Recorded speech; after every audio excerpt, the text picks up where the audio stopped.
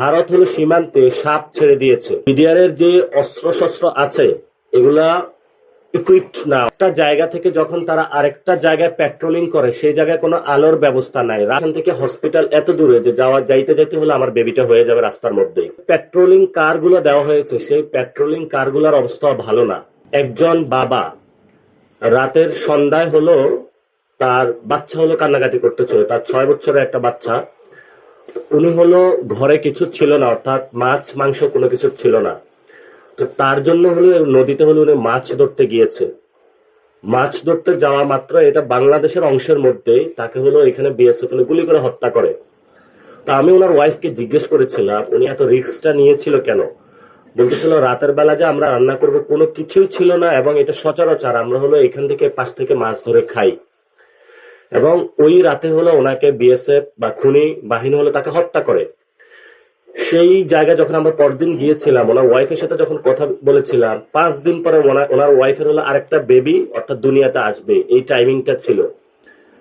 এমন অসংখ্য মানুষের জীবন গল্প কিন্তু সীমান্তে আছে। তাহলে এই সীমান্তের বাসী যারা, তাদের একটা অর্থনৈতিক কর্মকাণ্ড যদি সংযোজন আমরা না করি, সাথে সাথে সেখানে আমি খোঁজ নিয়েছি একটা স্কুল থেকে আরেকটা স্কুল অনেক দূরে।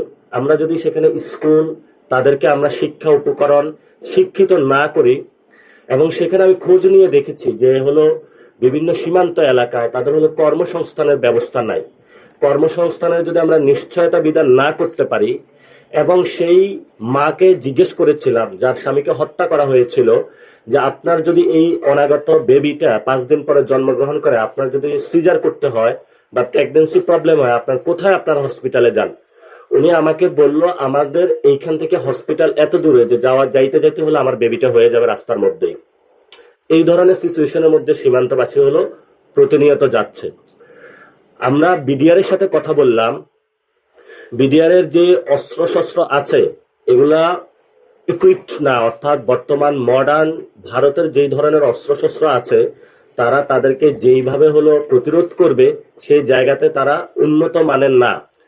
এবং তাদের যে পেট্রোলিং কারগুলো দেওয়া হয়েছে সেই পেট্রোলিং কারগুলোর অবস্থা ভালো না। তাদের যে বেতন কাঠামো সে বেতন কাঠামোটাও ভালো না।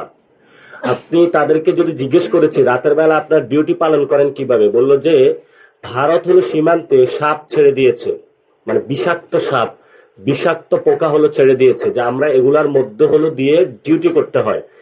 এবং সেই সাপ বিষাক্ত যে কীটগুলো আছে এগুলার কারণে আমাদের অনেকেই প্রতিনিয়ত আহত হচ্ছে, এবং তাদের পর্যাপ্ত হলো চিকিৎসারও কোনো সরঞ্জামাদি নাই। এবং একটা জায়গা থেকে যখন তারা আরেকটা জায়গায় পেট্রোলিং করে সেই জায়গায় কোনো আলোর ব্যবস্থা নাই, রাস্তা নাই। ফলত একটা অনিশ্চয়তার মধ্য দিয়ে তারা কিন্তু পেট্রোলিং করতে হচ্ছে। স্বরাষ্ট্রমন্ত্রী যখন বললেন কাঁটাতার নির্মাণ করবেন, ফার্স্ট যখন আমরা ব্রাহ্মণবাড়িয়ার কসবা সীমান্তে গিয়েছিলাম সেখানে হলো এসপি যিনি ডিসি প্রথমে বললেন যে এখানে আপনারা আসতে পারবেন না। তার পরবর্তীতে ওইখানে যিনি এএসপি উনি বললেন যে কোনো মূল্যে আমরা এখানে আপনাদেরকে আসতে দিব না। আমরা বললাম আমরা যে কোনো মূল্য হলো এখানে যাব। পরবর্তীতে আমি এসপি কে জিজ্ঞেস করেছিলাম যে আপনাকে কে বলেছে এই বিষয়ে। পরে উনি স্পষ্ট বলেছেন আমাদেরকে ডিরেক্টলি স্বরাষ্ট্র মন্ত্রণালয় থেকে কল দেওয়া হয়েছে এবং সেখান থেকে আমাদেরকে বলেছে যাতে আপনারা আসতে না পারেন।